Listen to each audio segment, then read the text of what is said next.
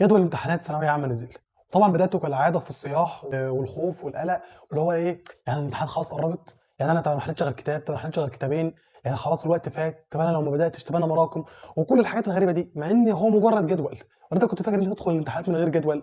يعني الجدول ده نزل، يعني الجدول بيقول لك امتحاناتك إمتى، كده أنت من أول السنة وأنت عارف إن امتحاناتك هتكون 15/6، فما فيش حاجة جديدة في الموضوع، فأنت ليه راعب نفسك؟ فالموضوع مش مستاهل خالص والله، واهدى كده، حاجة بس أنت محتاج نظرة كده بعيدة شوية، تبُص من دلوقتي لحد 15/6 فاضل كام يوم، وتعمل إيه في الكام شهر دول، وتستغلّهم إزاي صح، ولو عندك مشاكل زي لو أنت متراكم أو ما بدأتش أصلًا، تعمل كل الحاجات دي إزاي.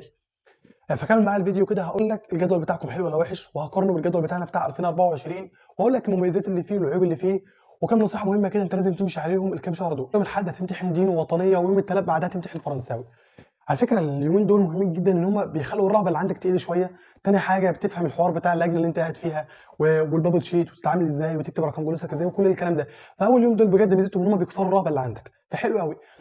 فأنت طبعًا إيه المواد هتذاكرها كده بتذاكرها قبلها بيومين 3 يعني ما تفتكرش إنها بتاخد منك 100 يوم والّا حاجة فتأثّر على المواد، لأ،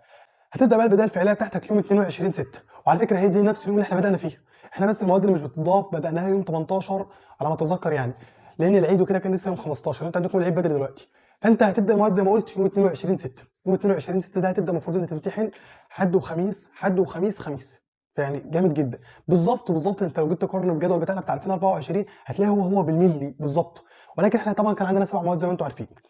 لأن الجيولوجيا كانت في يوم وعادي والفرنساوي كان في يوم،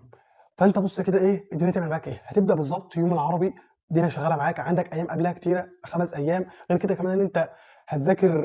قبل المواد اللي بتضاف هتذاكر له بتاع يوم والّا يومين، فأنت العربي قبلك كويس جدًا هتراجعه والدنيا مستريحة. الخميس اللي بعدها هيكون فيزيا، وطبعًا كالعادة الفيزيا السنة اللي فاتت بالضبط كان قبلها 3 أيام ونُص، بعدها طبعًا إيه هتلاقي برضه الكيميا برضه نفس الموضوع 3 أيام ونُص، فأنت الفيزيا والكيميا دول هم معروفين، نفس الموضوع بصراحة 3 أيام ونُص حلوة، يعني مش أوي، بصراحة كان المفروض يكون أكتر شوية حتى على الأقل 4 أيام، كانوا هيحطّوا يوم زيادة، ولكن ما فيش حاجة جديدة هو نفس الجدول بتاعنا بالضبط، والجدول بتاعنا كان فيه الإنجليزي والفيزيا وحشين، فأنت الفيزيا كويسة إلى حدٍ ما، تيجي بالنسبة للإنجليزي قبلها يومين ونُص، ودي بجد وحشة، ونفس الموضوع على فكرة كان قبلها برضه يومين ونُص عندنا، ولكن إحنا قُلنا ربما 2025 يصلّحوا الدنيا شوية، ولكن ما صلّحوش، فأنت الإنجليزي محتاج إن أنت تضغط فيه شوية عشان تلحق تخلّصه، ونفس الموضوع على فكرة لبتوع علم الرياضة، نفس الجدول يعني يعتبر هو نفس جدول السنة اللي فاتت، ولكن زي ما قُلت يعني في فروع اتلغت وكلام زي كده، ولكن هو عمل لك إيه بقى، شاف والله أنا السنة اللي فاتت الأحياء كان قبلها أسبوع، هاخلّيها دلوقتي قبل الأحياء أسبوع، الإنجليزي كان قبله يومين ونُص، هاخلّيها لك قبل يومين ونُص، وهكذا بقى قِس في كل المواد. وطبعًا الأحياء أنت هتكون لحقت إلى حدٍ ما نسيتها، ولكن ده أنت قدامك أسبوع، الأسبوع ده أنت هتراجع الأحياء مرّة و2 كمان، فيعني الأسبوع ده كتير جدًا على الأحياء، كويس يعني بصراحة،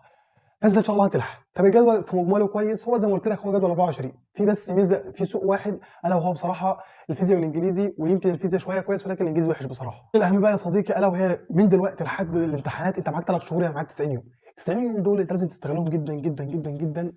بجد يعني أنت ما ينفعش تفوّت منهم يوم. ليه؟ لأن ال90 يوم دول والله حاجة فارقة يكاد يكون في مرحلتك في ثانوية عامة في السنة دي عمومًا، والله أنت لو وقع منك أي حاجة المراجعة بجد هتجيبها لو أنت استغليت المراجعة صح، فأنت ما ينفعش إن أنت معلش تيجي دلوقتي وتقول إن أنا هاهمل، ما فيش مجال في ال3 شهور دول إن أنت تهمل أو تراكم.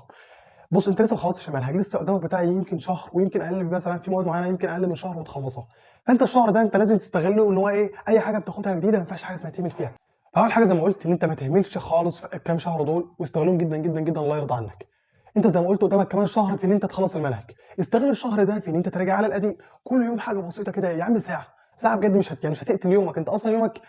أحيانًا بتنام زيادة، أحيانًا مش عارف بيقابلك مشاكل بتضيّع ساعات قد كده في يومك، فأنت استغل منهم ساعة،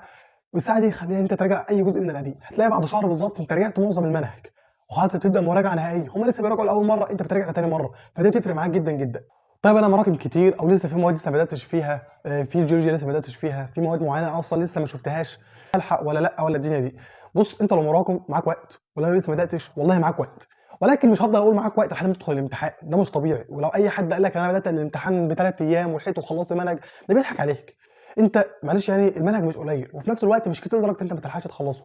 المنهج كويس لو أنت شديت الفترة دي، زي ما قُلت أنت قدامك 3 شهور، 3 شهور دول أنت لو خدتهم يعني خدتهم كحرَطة كده وضغطت على نفسك جدًا، والله العظيم تخلّص المنهج، والله بجد تخلّصه، ولكن اضغط على نفسك جامد، يعني ما تجيش بعد شهر وتسأل نفس السؤال. ولو مراكم نفس الموضوع استغل الشهر ده زي ما قُلت لك، بدل لو أنت بتقعد تراجع على القديم استغل الشهر ده، استغل أنت كل يوم ساعة كده، ساعة بعد الفجر، ساعة قبل ما تنام، في إن أنت تراجع على الجزء ده أو أنت تجيب الجزء المتراكم منك، تلاقي نفسك داخل الايام بتاع المراجعه وانت ظابط الدنيا. بالنسبه لحته هتلحق ولا مش هتلحق، يا عم ان شاء الله هتلحق والله. يعني في قصه النبي عليه الصلاه والسلام كان بيحكيها للصحابه، ان كان في راجل من بني اسرائيل، فالراجل ده كان بيعمل كميه ذنوب لا توصف، قتل 99 نفس. 99 نفس، انتوا متخيلين الرقم؟ يعني ده ما كانش فارق مع حد في الدنيا، ولحد ما ربنا هداه كده وحب ان هو يتوب بعد ما قتل 99 واحد. فراح لانسان كده كان عابد، ما كانش عالم وما كانش عنده حته الفقه دي ان هو يقول له اعمل كذا او كذا. فراح للشخص العابد ده وقال له ان انا عاوز اتوب وكلام زي كده، فهل لي توبه؟ فقال له لا. يعني هو رد عليه انت عامل كميه حاجات يعني تحدفك في النار جريء. فطبعا ايه، هو اتضايق منه ان هو قال له ايه مالكش توبه، ومسكه جه قتله، جه مكمل بيه ال100. فانتوا مدركين القصه ازاي؟ بدأ راح لإنسان عالم تاني، العالم ده كان عنده فقه وعنده إيه تفكير كده شوية، فراح أول ما قال له هل لي توبة؟ قال له أيوه طبعا ليك توبة، وربنا سبحانه وتعالى بيغفر الذنوب وكل الكلام ده، ولكن ما ينفعش تفضل قاعد في نفس مكانك وتقول لي توبة. أنت المكان اللي أنت قاعد فيه ده كان بيخليك تعمل ذنوب وكان بيخليك تقتل وكان بيخليك تعمل كل حاجة. سيب المكان اللي أنت قاعد فيه وروح مكان تاني، وروح لأرض أنت أول مرة تشوفها وتتعامل مع ناس تانية، هتلاقي نفسك اتعاملت. وهو مسافر للأرض التانية دي ورايح، مات في الطريق، يعني ما لحقش يعمل أي حاجة حسنة في حياته غير إن هو نوى إن هو يتوب، وأثناء التوبة ده وهو ماشي في الطريق مات. فطبعا الملائكه بتاع ملائكه الرحمه اللي هو يعني عايزين يدخلوه الجنه، وملائكه النار عايزين يدخلوه النار، ده انت عملت كميه ذنوب لا توصف. فالاثنين نزلوا يتحاجوا فيه، يعني انت مدرك واحد ما عملش اي حاجه حلوه، نزلوا يتحاجوا فيه، ده عايزين يدخلوه النار ودول عايزين يدخلوه الجنه، عايزين يدخلوه الجنه هو تاب. ولحد ما ربنا سبحانه وتعالى يعني امرهم ان هم يقيسوا المسافه بين الارض دي والارض دي، يعني في ارض وحشه اللي هو كان قاعد فيها، والمكان الحلو اللي هو كان رايح وكان ناوي يبقى انسان كويس فيه. فربنا سبحانه وتعالى امرهم ان هم يقيسوا المسافه بينها، طبعا في روايات كتير للموضوع ده، ولكن امرهم ان هم يقيسوا المسافه بينها. وهم بيقيسوا المسافه، يعني لو هو كان اقرب للمكان الحلو يدخل الجنه، اقرب للمكان الوحش يدخل النار. فسبحان الله كان اقرب للمكان الحلو، كون ان هو بشبر، شبر ده يعني مكان قليل جدا، وكون ان هو بذراع، وكون ان هو بصدره يعني كام سنتي. وسبحان الله ربنا برحمته وغفرانه ادخله الجنه، وادخله الجنه ان هو اخلص لربنا سبحانه وتعالى، خلاص ان هو نوى ان هو يتوب بعد ذنوبه. فانا بحكي كل القصه دي يعني ان انت تبدا، مفيش حاجه اسمها يعني ايه انا مش هبدا لان أنا خلاص، لا، ما تيأس من ربنا سبحانه وتعالى خالص، وابدا من دلوقتي، وخلي عندك ثقه في ربنا سبحانه وتعالى انك والله لو بدات من دلوقتي واخلصت من ربنا سبحانه وتعالى هي ان شاء الله تخلص المنهج وتراجع كمان. من دلوقتي يا صديقي طول ربنا سبحانه وتعالى كده، واعترف باي تقصير انت عملته في حياتك وفي ثانويه عامه بالذات، واعترف بالتقصير ان انت كنت مقصر في حاجه معينه،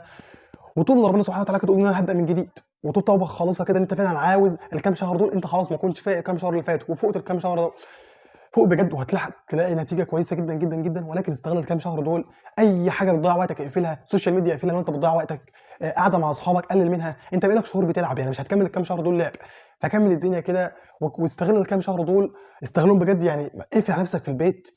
دول 3 شهور، يعني انت مش هتموت لو 3 شهور دول قعدت في البيت، اضغط على نفسك جامد وان شاء الله ربنا يكرمك ويكرمكم جميعا وتلاقي النتيجه ان شاء الله في اخر السنه.